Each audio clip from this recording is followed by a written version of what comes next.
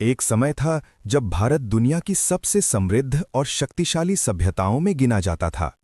सोना, कपड़ा, मसाले, हर चीज यहां से पूरी दुनिया में जाती थी।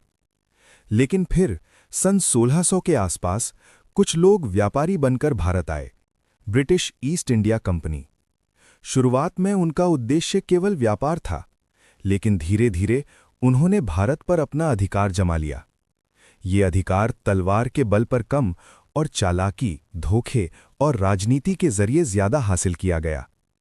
अगले 200 वर्षों में भारत की संपत्ति धीरे धीरे बाहर भेजी जाने लगी। गांव गरीब होते गए और इंग्लैंड अमीर। ऐसा माना जाता है कि भारत से अपार धन लूटा गया। लेकिन सबसे दर्दनाक था भूख का वो दौर। सन 1943, बंगाल।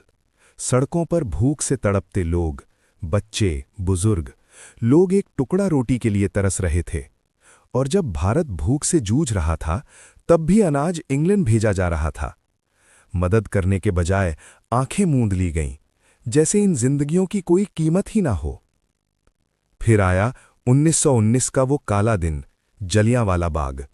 हजारों लोग एक जगह इकट्ठा हुए थे, बिना हथियार के, सिर्फ अपने अधिकारों की मांग के लिए। और फिर बिना किसी चेतावनी के गोलियां चलने लगीं। लोग भागते रहे, गिरते रहे, लेकिन बाहर निकलने का रास्ता बंद था। गोलियां रुकने का नाम नहीं ले रही थीं और जमीन खून से लाल हो चुकी थी। लेकिन अत्याचार यहीं नहीं रुका। ब्रिटिश शासन ने केवल लोगों को ही नहीं, बल्कि भारत की अर्थव्यवस्था को भी तोड़ दिया। जो देश कभी कपड़े का सबसे बड़ा निर्यातक था, उसे मजबूर कर दिया गया कि वो केवल कच्चा माल ही सप्लाई करे। कारीगर बेरोजगार हो गए, हुनर धीरे धीरे खत्म होने लगा। और फिर उनका सबसे खतरनाक हथियार, फूट डालो और राज करो।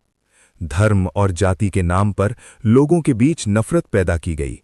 भाई को भाई के खिलाफ खड़ा कर दिया गया।